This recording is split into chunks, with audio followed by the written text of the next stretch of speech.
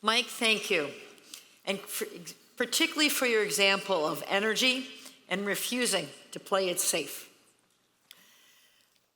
Excuse me. As we look forward to the event this evening, we will all be at the Red, just up the way, for the Food Forward event. Now, to move us along, in Act 1, we confronted the challenge. In Act 2, we learned about opportunities to spark economic growth and the innovation opportunity. And now it's time to listen to what we'll do next. In the paper that was posted last week, Oregon at a Crossroads, How We Can Compete and Thrive.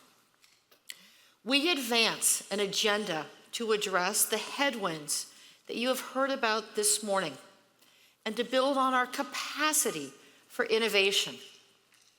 This paper is summarized in your agenda packet. And now let's hear from two elected leaders. Let's start with Julie Fahey, the 69th Speaker of the Oregon House, a 9-year veteran of the legislature where she represents the 14th District, West Eugene and Veneta. We've also asked Bigfoot Beverage President and CEO Eric Forrest to interview her.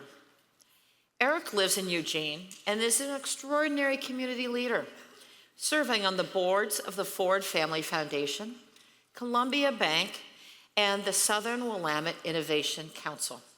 So welcome, Julie and Eric.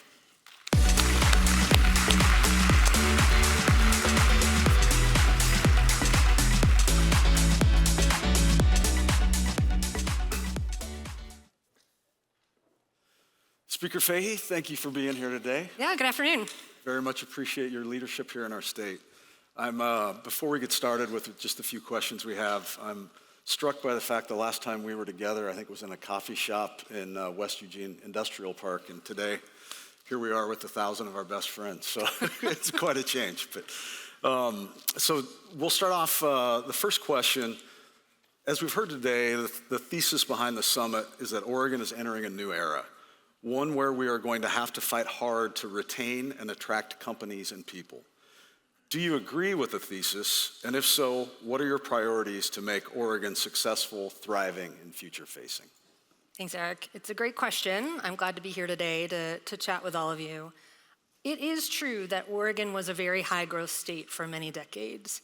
And that rapid growth in population came with a lot of opportunity for our state, but also a lot of challenges. How do you manage that growth responsibly? How do you build enough housing to meet the need? And now we are in a place where our growth has slowed. Birth rates are declining, fewer people are choosing to move to Oregon. And what I would say about my priorities is that I don't necessarily think that the fact that fewer people are moving here changes what the priorities are. To me, it just gives a greater sense of urgency to addressing those challenges. And it increases the consequences for failing to act. When we can't necessarily count on a steady flow of people just continuing to move here no matter what. So I want to highlight 3 things. Housing affordability. This has been a big area of work of mine in the legislature. We need to increase the number of homes that we are building. The shortage of housing is making housing less affordable. It's exacerbating our homelessness crisis. In certain parts of the state, it makes it so people can't live near where they work. And frankly, when folks are considering moving to Oregon, when they look at the housing costs, that may make them think twice about that decision. And I put housing first because it is upstream of so many of the other challenges that we are talking about today: economic development, education, climate. Second, I would point out education. So in the last decade, we've made good progress in investing in our schools. We've made measurable increases in our high school graduation rates, but we need to focus on improving student outcomes. First and foremost, to improve the lives of our kids and set them up for success, but also to make sure that our schools will be a selling point for our state in attracting skilled workers and their families here. And then finally, I would say jobs and economic growth. We have to focus on growing Oregon's businesses so that our economy is more resilient and that workers have meaningful work across the state.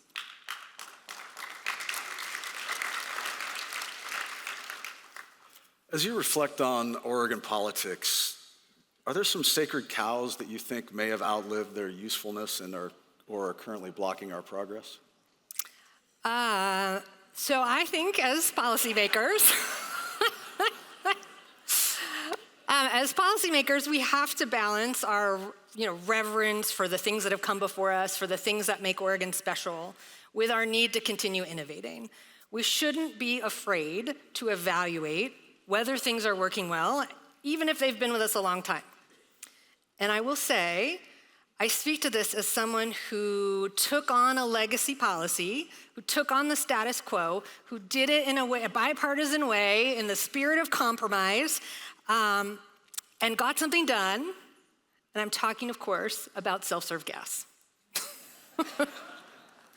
I championed a bill in 2023 that allowed for gas stations to have up to half of their pumps be self-serve gas, while preserving full service for the other half. And probably like a third of you in this room are excited about that, and a third don't really care, and a third of you wanted to boo me and are just being polite.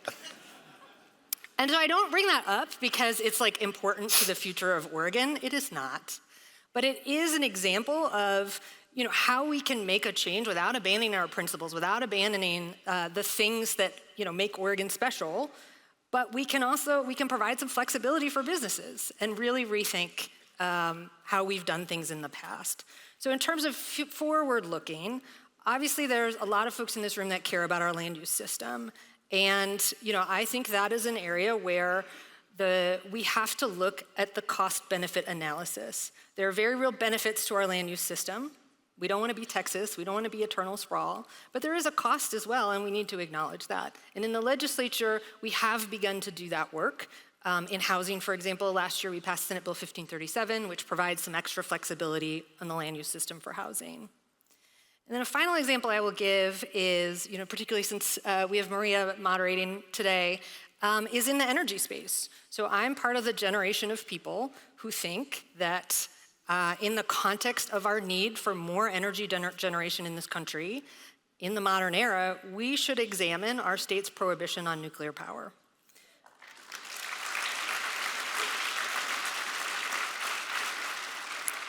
It's not the solution to our energy problems, right?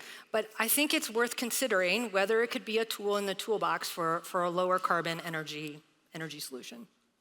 Thank you. So you mentioned housing, and as we think back, the legislature's been working on it for a while. We've made impressive progress in terms of policy. Our supply isn't meeting our goals currently, I think we could all agree. Do you think there's anything we can learn from other states, other policies that they might be utilizing or processes?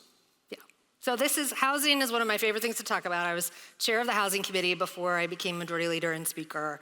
You might need to cut me off because I know I have 2 minutes. I'll keep an eye on the timer. So, like I said, in Oregon, like many other states, hasn't built enough to meet the needs. Because Oregon was a high growth state, we actually felt the impact of that long before some other states did. And so that spurred us to action before many other states. In 2017, we were one of the first states to pass a statewide policy on allowing accessory dwelling units on most lots.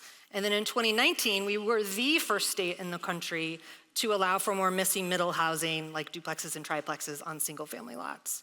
So and we've continued all of that work since then to removing barriers to building housing. So in terms of the actual policies, we are ahead of many states. Particularly, states like California are just catching up to us now on the policy front. I'd also point to Montana, where they've had a couple of different big legislative sessions focused on housing. And, when you look at the list of things they've done, many of them we have already done here in Oregon. So I think there's one thing that's clear from our work and from the work of other states, and that there's no silver bullet solution. There's no one weird trick to solve our housing crisis here in Oregon. It takes a whole variety of solutions and a whole bunch of folks working together to make that happen. The policy work is important to removing barriers, and we do need to keep that up, but it isn't, those policy changes don't have an impact overnight, and they're not the whole story when it comes to housing production in the state. We're facing headwinds with, tariffs and supply chain issues and inflationary pressures and interest rates. That all combines to impact our ability to get housing on the ground now. Thank you. All right, our final question is a selfish one. We've heard about traded sector. We've heard about trying to recruit business in.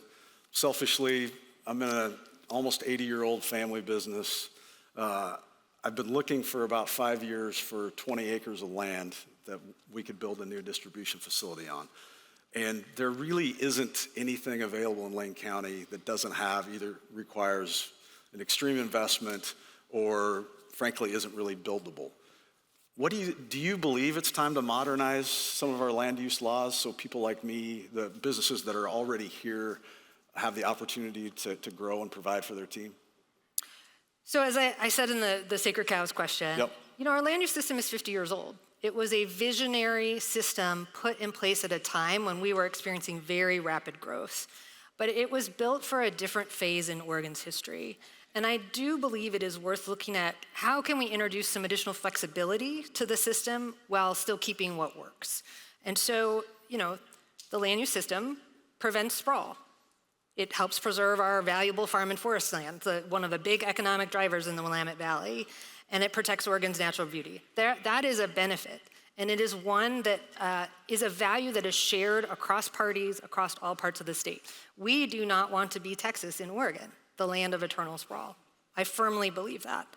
And yet, those benefits are real, and yet they do come with a cost, and it's important that we acknowledge that cost. And as policymakers, we're constantly doing that cost-benefit analysis trade-off. And so what's important to me when making policy in general, and for land use specifically, is the cost worth the benefit? So we have, as I mentioned, we have provided some additional flexibility on the housing front with land use, and we have done that for the economic development and land availability piece as well, specific to the context of semiconductors. In 2023, when we passed the CHIPS Act, we gave some additional flexibility to the governor when it came to siting facilities. So I am open to that conversation. I am open to how can we provide more flexibility while still maintaining the benefits of the system. And I think everyone in this room might value those costs and benefits a little differently. You're going to value them a little bit differently than, from the Farm Bureau folks who care most about preserving our farmland. But I'm up for the conversation, and I think, it is a nuanced conversation, and it's one that we need to have with our shared values in mind. Thank you very much. First off, I'm a self-serve guy, so I am appreciative. And then finally, I just don't like waiting in line. I know, That's why I'm in a hurry. But finally, once again, on behalf of everybody here and the citizenry of Oregon, thank you for your leadership. Thank you for taking the time today, and thank you for being willing to have this discussion. Thank you, Eric.